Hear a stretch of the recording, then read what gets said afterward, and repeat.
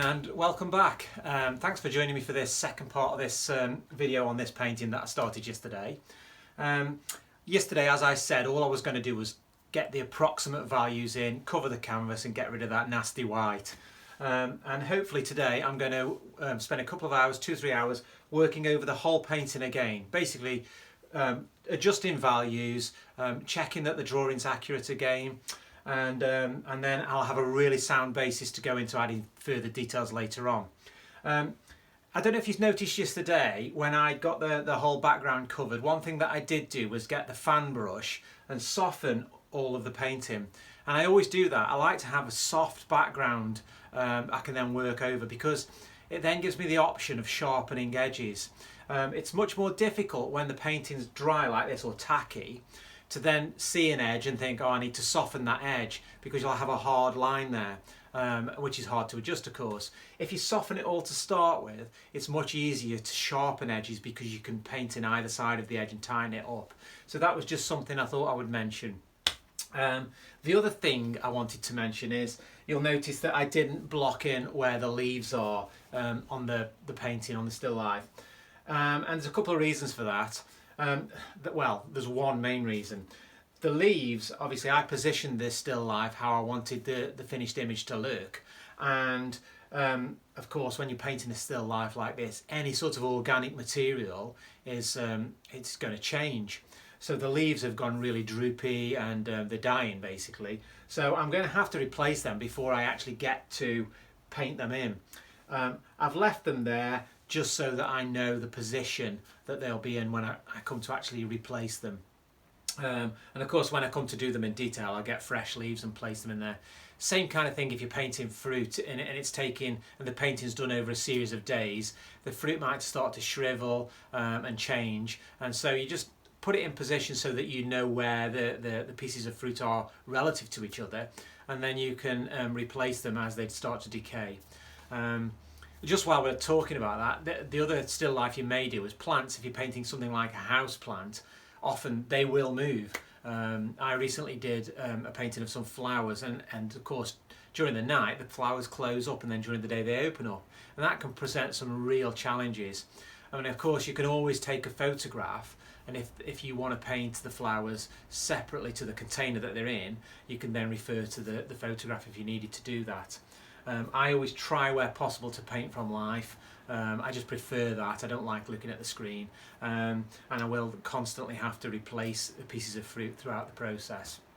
So I don't know how long I'm going to get to paint on this today. Hopefully it'll be sort of 3 or 4 hours, and I'll get as much done as I can. There won't be detail added really. It'll probably just be working on getting more accurate values and colours, as I said earlier.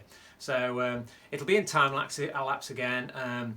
If there's anything that I'm doing that I feel I need to sort of make a point of, I will probably stop the video, or I'll narrate over the top and mention it then. Okay, so I hope you enjoy it, and let's get stuck in.